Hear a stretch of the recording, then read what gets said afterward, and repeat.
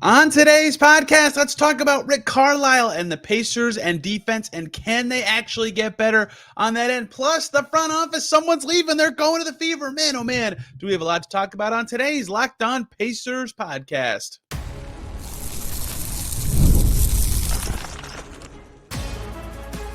You are Locked On Pacers, your daily Indiana Pacers podcast, part of the Locked On Podcast Network, your team every day.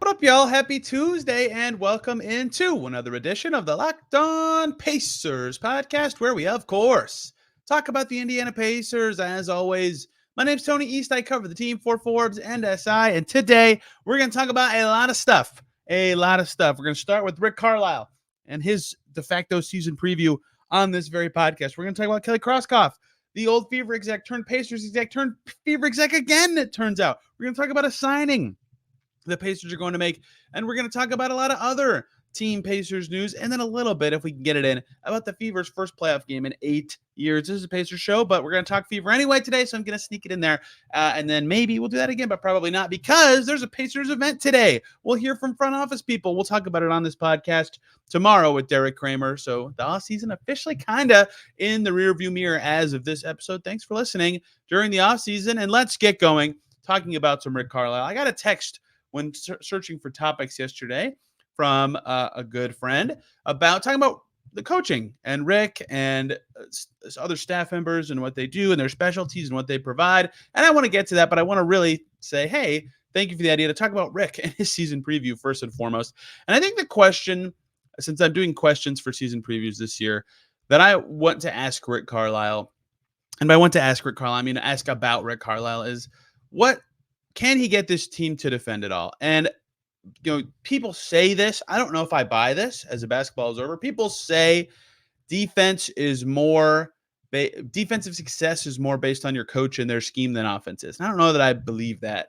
I think it's pretty equal. And I think Rick is one of, if not the most tactically smart offensive coaches in the league. Let's talk about his defense. So he was known for this, right? Like the adjustments he made defensively in the finals that the Mavs won against LeBron and the Heat was, legendary. The zones, at the timings they did it, they just mixed in the perfect amount of trickery.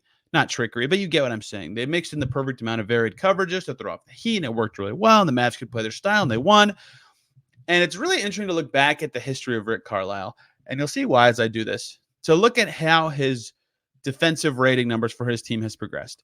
The Detroit Pistons, his first stop as head coach, they were 8th in defensive rating before he got there. Then they were 8th again his first year and 4th his second year, then 2nd the year after he left. They had awesome defensive personnel, and he kept them awesome on defense. The Pacers were 5th in defensive rating before Carlisle came. Then they were 3rd his first year, 11th his second year, but that was the brawl year. So does it matter? 3rd then the year after that. So when he has his players, very good. Then 9th, and then he leaves in JOB's first year. They were 15th. So they massive fall off without him. Goes to the Mavs. The Mavs were 9th before he got there, the year before he got there. Then 17th, 12th, 8th, 8th were the first 4 years of the Mavs. So got him a lot better there. They won the title. The first year they were 8th. Then 19th, 22nd, 20th, 17th, 15th, 17th, 18th, 18th, 20th, and then J. Kidd comes in, and they finished 6th in defense in the first year of J. Kidd. That last half of that run is not good. And then the Pacers were 13th the year before, 28th, 26th, 24th, although ascending. So two things I want to mention context-wise to include in here. The Mavs team he inherited that was 9th before he got it, and then had 3 top half seasons, 2 top 10 seasons defensively, and won a championship, had great defensive talent, right? Matrix, Tyson Chandler, Jet, J. Kidd, to name a few. And as soon as those guys left, right, they win the title, finish 8th on defense. They finish 8th on defense again.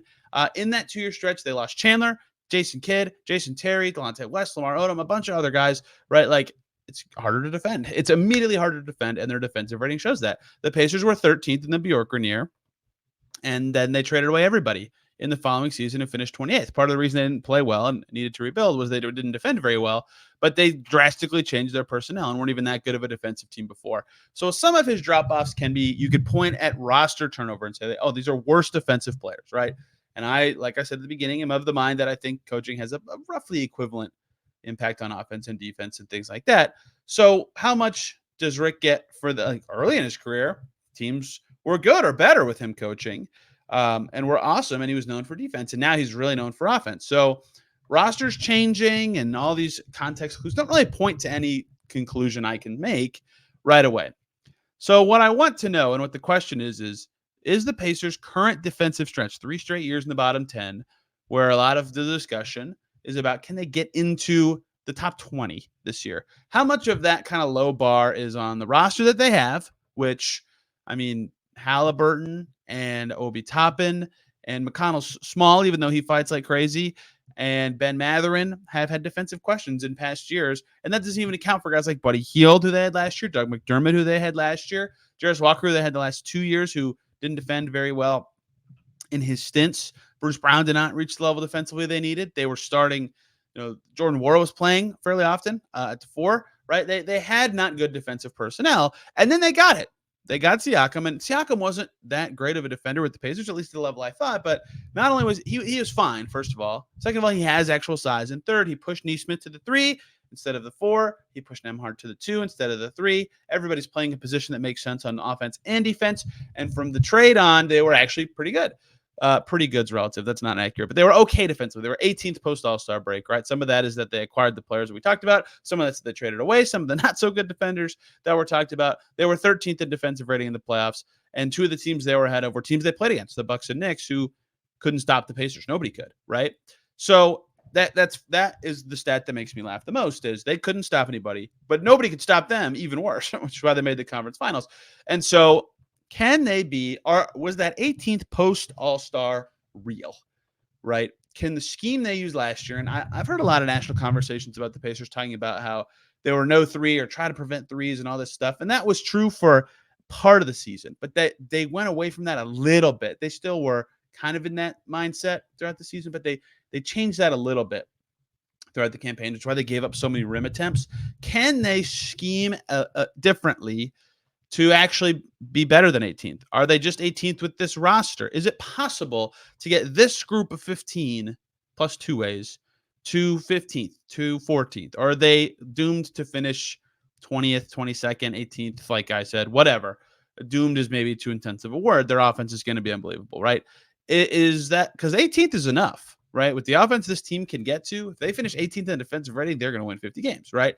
So can they actually do that? And what would it take? Is it a scheme change? Is it buy-in? Is it better technique? Is it guys just getting better as defenders with an offseason with national teams in the case of 3 guys, or with each other for a minicamp, or whatever it looks like? Is there actually something that can be done, right? Because that principle of taking away threes, they shifted away from it a little bit, but only kind of, right?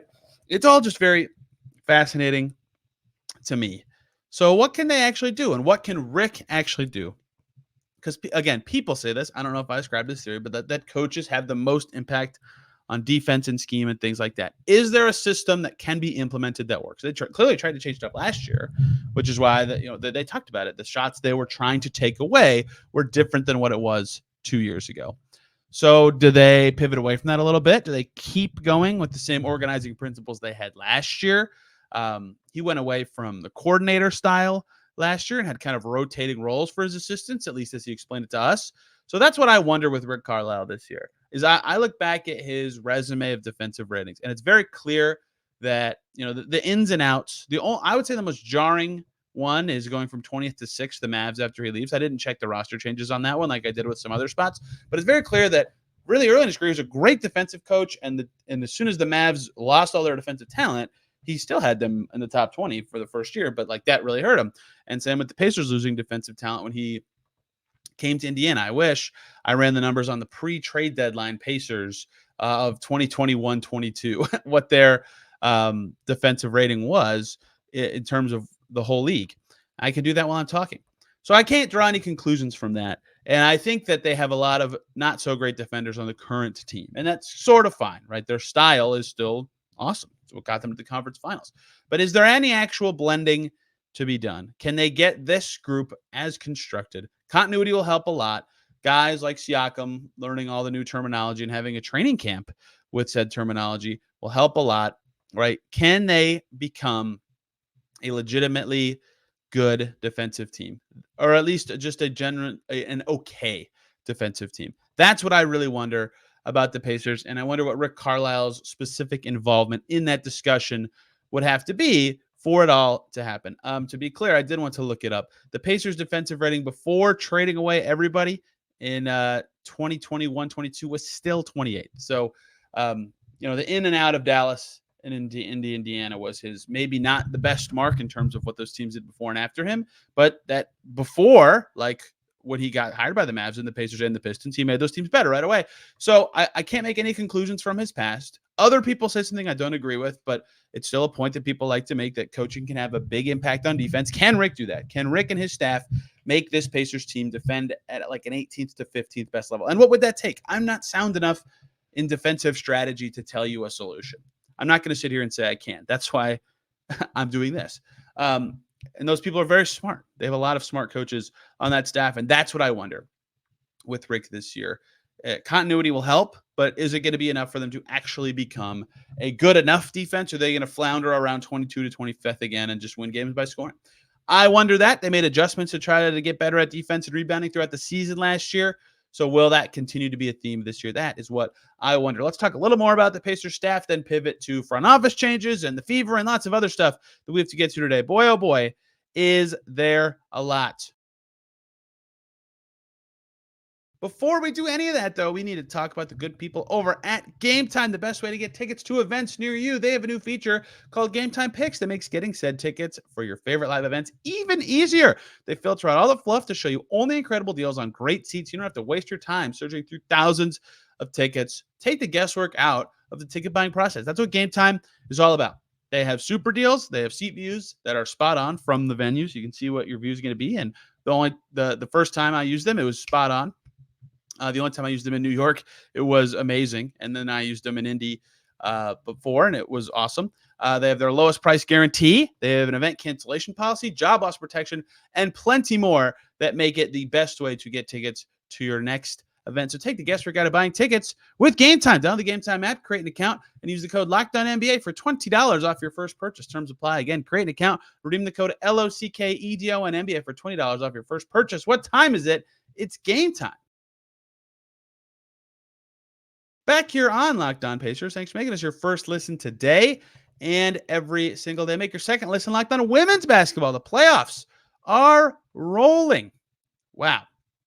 In the W, all the top seeds won their first game. That is going to be a fascinating second game. Can any of these lower seeds get it back to home or no? Can't wait to see. Let's keep it going here.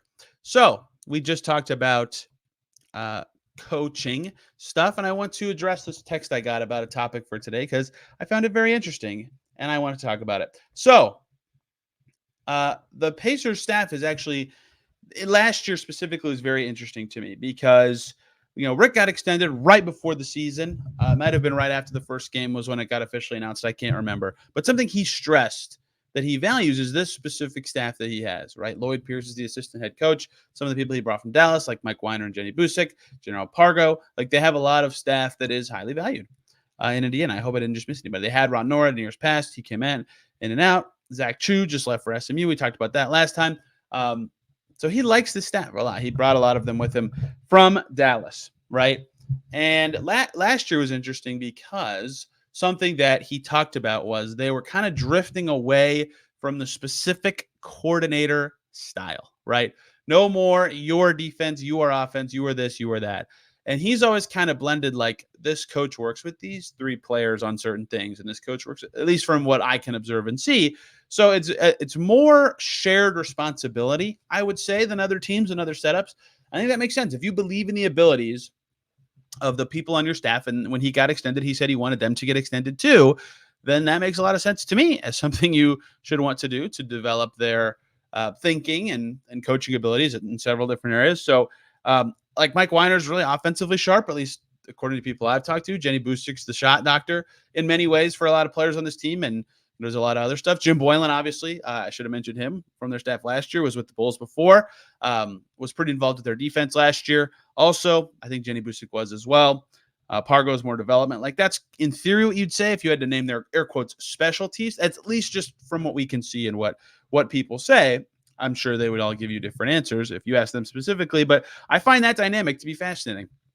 where they, different coaches have different scouts for different opponents and stuff like that. I find that whole dynamic to be very fascinating, that they go away from the coordinator style. And then the second part of this person's text to me was the likelihood any coach would leave for a head coaching eventually. I mean, Jim Boylan's been a head coach before. Lloyd Pierce has been a head coach before, and he is literally the associate coach. Like, he fills in when Rick isn't coaching for whatever reason. So I suppose those two would be top of list, although I think Jenny and Mike are both really sharp too. I wrote a story about Gennaro Pargo wanting to be a head coach someday. I think all of them could do it in the right situations. But I think if you had to just say, hey, which one of these people is the most likely to be a head coach again someday, Lloyd Pierce would be my answer. And let's keep talking about the Pacers staff. Big change, huge change. Kelly Krauskopf, the assistant GM for the Pacers, they hired her in 2018, a monumental hire for a front office. She is going back to the Fever. I say back because for those who don't know, she was the president of the Fever from 2000 to 2017. Drafted catch, built their championship team, hired Lynn Dunn as head coach, and then Steph White, two coaches who led the Fever to title games. Lynn Dunn in catch, obviously, in 2012, won one, right? Major moment for that franchise. They were a staple of the WNBA playoffs for so long, and they have been not very good since. This is actually the game they played Sunday was their first playoff games in 2016. First playoff game without Tamika Catchings on the roster ever. The gall to draft Catch with a torn ACL in 2000. That's crazy. 2001, excuse me. That's crazy. That's so, and it worked out amazing. And that's just sticking to your guns and doing what you want. She's going back to the Fever. President of Basketball and Business Operations is her title per the release. She's been with the Pacers for 6 years, 3 playoffs, conference finals. Kevin Pritchard said that Kelly's a trendsetter and a trailblazer, and they're thrilled for her to be going to the Fever, to have this opportunity with the Fever, not thrilled for her to leave. And then Kevin said, during her time with us, she was a key part of our front office and was integral in helping build the roster that reached the Eastern Conference Finals last season. As she leaves to write a new chapter in her already successful career, we are grateful for her contribution to the Pacers. Kelly, of course, saying the unprecedented time and growth in women's basketball makes it a true privilege for her to run that team. So shake up for the Pacers. I'll be curious if they fill that assistant GM position that is now open, or in theory open, if they want to keep their front office at the same size. That's a big change. And the Fever now putting someone with Lynn Dunn in that front office, someone that Kelly hired to be the head coach of the Fever. They can work together at the top. And Christy Sides, the now Fever head coach, was an assistant on staff when Kelly Krauskopf was the president, right? So they had a relationship too.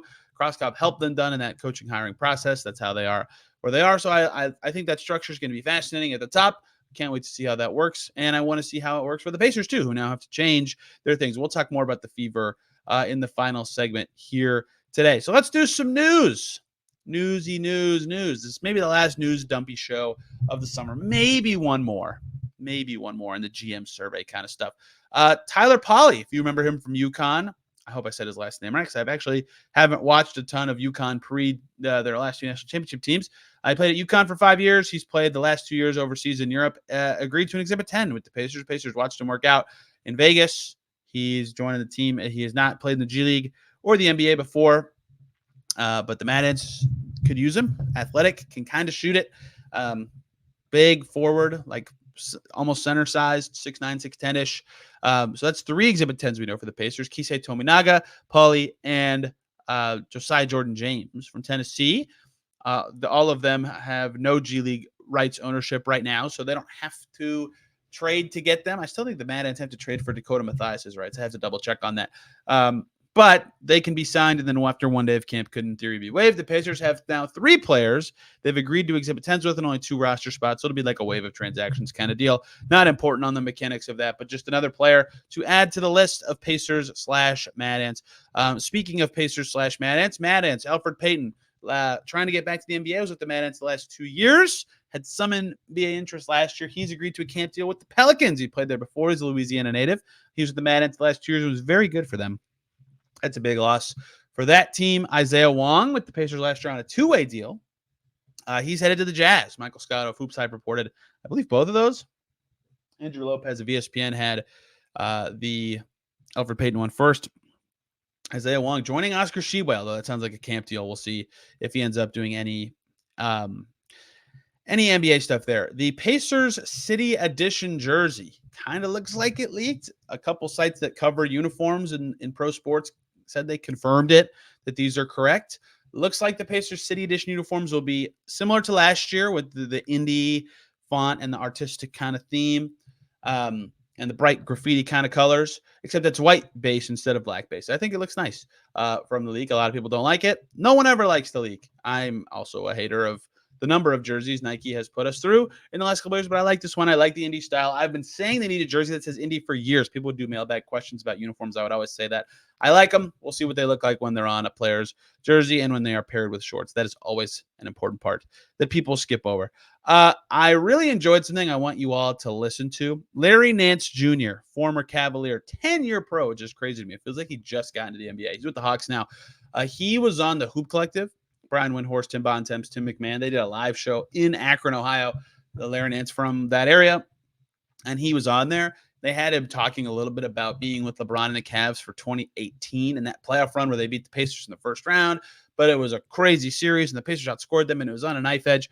Larry Nance talking about how much confidence they had LeBron that they would just win was very interesting. I'm going to plug that for them. I highly encourage you guys listening to that. I thought that was very funny and interesting. It reminded me a little bit of, on this podcast, Micah Potter talking about watching Team USA and just being like, even when Team USA this summer in the Olympics was losing to Serbia or whoever, Micah Potter thought, yeah, they're going to win. And they did. LeBron, the theme there, he is just such a master in the clutch. And a new one that came in today, Ben Shepherd, shoe deal, Nike for Ben Shepherd. Maybe not shoe deal, maybe more of a gear deal. I don't know what the perfect term is. For this, Nick DePaul of ESPN, their shoe guy in my head is what I would call him, but I'm not sure that's the perfect description of his job. He covers the footwear industry per his bio. Pacers wing Ben Shepherd signed a multi-year shoe deal with Nike. Good for him. Well-deserved. And it will be cool to see what he stacks in his locker and wears in games next season. Let's talk some Fever playoffs to close this one out. I hope you guys want to hear about this because it's their first playoff game in forever. We got through the news. It's time. Let me talk about game one, what I want to see from the Fever in game two to close this one out. Before we get to that, though, we need to talk about the good folks over at FanDuel. NFL fans, week 3 in the books. My fantasy team's finally winning, and you can start off this NFL season with a huge return on FanDuel. They're America's #1 sportsbook, and when you get a hunch in the middle of the games, FanDuel is your place to go. You can check out the latest stats. You can view play-by-play live, and there's so much more. Just right on the same page where you place your bets, the best possible interface you could have to make decisions, to be informed, to make sure you're doing the best possible thing you can. And you'll get started on FanDuel with $200 in bonus bets guaranteed when you place a $5 bet. That's on FanDuel. Visit FanDuel.com and again, get started with $200 in bonus bets when you place your first $5 bet on FanDuel, America's #1 sportsbook. We're back here on Locked On Pacers, which is temporarily Locked On Fever. Thanks for making us your first listen today and every single day. Check out Locked On Grizzlies next. Former MVP Derrick Rose waived in Memphis. My prediction, Scottie Pippen Jr. is getting his contract bumped up. He's going to be their backup point guard, and they'll sign someone else to a two-way or maybe not do anything. We'll see. Maybe they have other plans, though. The Grizzlies, I like their front office, even though they've had a tumultuous last couple of years. Let's talk some Fever. I know this is a Pacers podcast, and some people don't like that I do this. It's one segment. You'll get over it. They're in the playoffs. First time since 2016. Kalen Clark, Kelsey Mitchell, Leah Boston got in there. 3 All-Stars. They're in. And I think it's a very interesting series because some may have heard me say this on some other platform, but the 3 teams they matched up the worst with this season, to me, watching them, were the Lynx, the Sun, and the Wings. The Wings stink. The Lynx and Sun are pretty good. The Sun are who they play. So they got one of their worst 3 matchups in the first round, even though they did beat the Sun later in the regular season. But they shot the blazes out of the ball that night, like 45, 46% from deep. The Sun, Connecticut have really good defensive guards. Ty Harris and Dejounte Carrington topped that list, and that already made me think this was a tough matchup for the Fever because that's 2 players to put on Kelsey Mitchell and Kalen Clark. Ty Harris got hurt early in game 1 of the series. Veronica Burton came in and did a really good job defending on the perimeter, and DeWanna Bonner was guarding Kalen Clark. Big adjustment for Connecticut, and it worked really well. It was disruptive. It made switching easier. It made Connecticut look very threatening on defense. They were already the top defensive team in the W during the regular season. So coming in, I was very curious what this would look like because the Fever were running so hot from 3 post-Olympic break. If that continued, yeah, they could beat anybody. But if it didn't, I was very curious what they would look like in the playoffs. Now, here's a funny thing to follow that up with is They shot terrible from 3 in game 1, and people keep saying, oh, they lost. They didn't shoot very well. That's not why they lost. If they made half their threes in game 1, they still would have been tied, right? That's not good. They didn't play well in any fashion. They didn't defend well enough. They didn't get the ball moving enough. Their offense only scored 69 points. That was only the third time they've been under 70 since June 2nd in any game. They lost by over 20 for the first time since that June 2nd game, right? They were just awful in every way. This was not just a shooting issue. This was we're getting destroyed by a Sun team missing a starter who got hurt right away in the game. Here's what the Fever will tell you, and they're right to say this. They said this in their post-game presser. They missed a lot of open shots. They did. Caitlin Clark missed a lot of open shots. She was very frustrated throughout the game. And Kelsey Mitchell shot it okay, but probably wants to shoot better. Lexi Hall, I don't think, hit a 3, right? They did not shoot it well, and they were pretty good looks. Like, part of what was interesting about me calling the Fever shooting like unusually hot post-Olympic break, but it wasn't so crazy to think that they could be one of the best shooting teams in the league. They have great players at generating threes, both for themselves and others, which means that there's always going to be a reacting defense. There's always going to be someone open from deep if that's a priority for them. So they should be a good shooting team to great anyway. And they were not in game 1. They didn't do anything well. They didn't finish inside the arc very well. The ball was not popping the way it needed to. The Sun, by virtue of having Bonner on Clark, and they mix that up every so often, but they can switch all over the floor.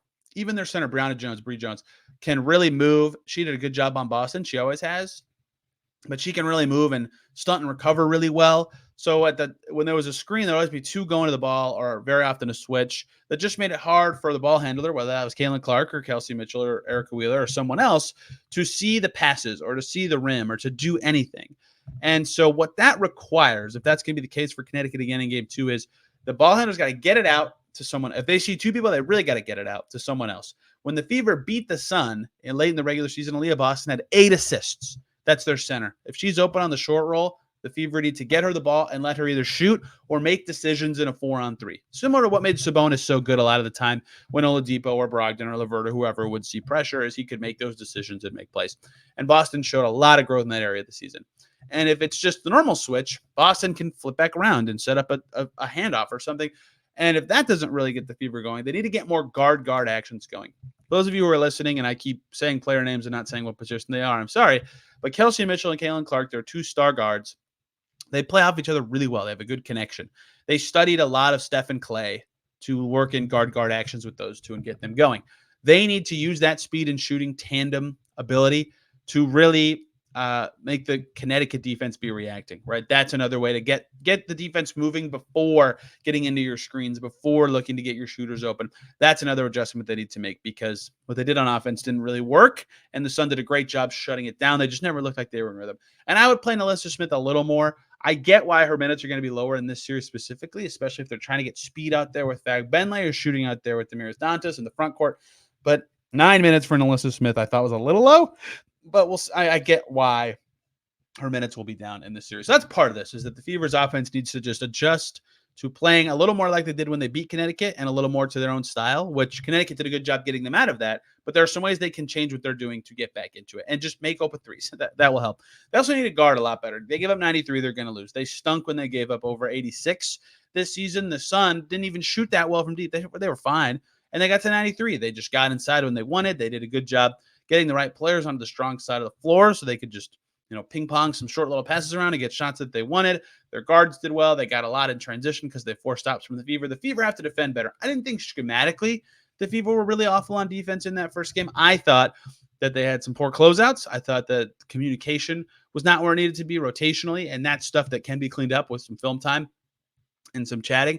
So I think they will be better on defense. I think there are low-hanging fruit adjustments to be better on offense. Connecticut's actually struggled sweeping teams in the first round these last couple of years, even though they're a really good team. So I think the Fever can win this second game, but they've got to adjust. They've got to get any jitters of playoffs out of the way. They've got to make shots. Duh, it's basketball. It's the whole point.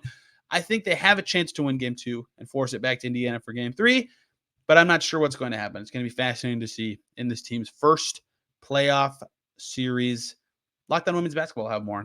I believe their episode today was about the first game of Dream and Liberty. Awesome series over there. The Dream came alive in the second half. We'll see where any of these go. WNBA playoffs back tonight, and the Fever play on Wednesday for game 2 against Connecticut. If they win, game 3 in Cambridge Fieldhouse Friday. Can't wait to see if that even happens. Those games have been an absolute blast. Fever continue to ascend in the W. .500 season after 8 straight years out of the playoffs. It'll be fun to watch. That's my analysis and take of what I saw in game one. If you want a little more detail on a lot of those points I just made, my other YouTube channel, which is not related to this podcast, is more about behind the scenes stuff with the Fever and the Pacers. I did a video on the game one and what I would like to see the Fever do differently in game two. And I'll be posting Pacer stuff there too. I'd appreciate it if you checked it out.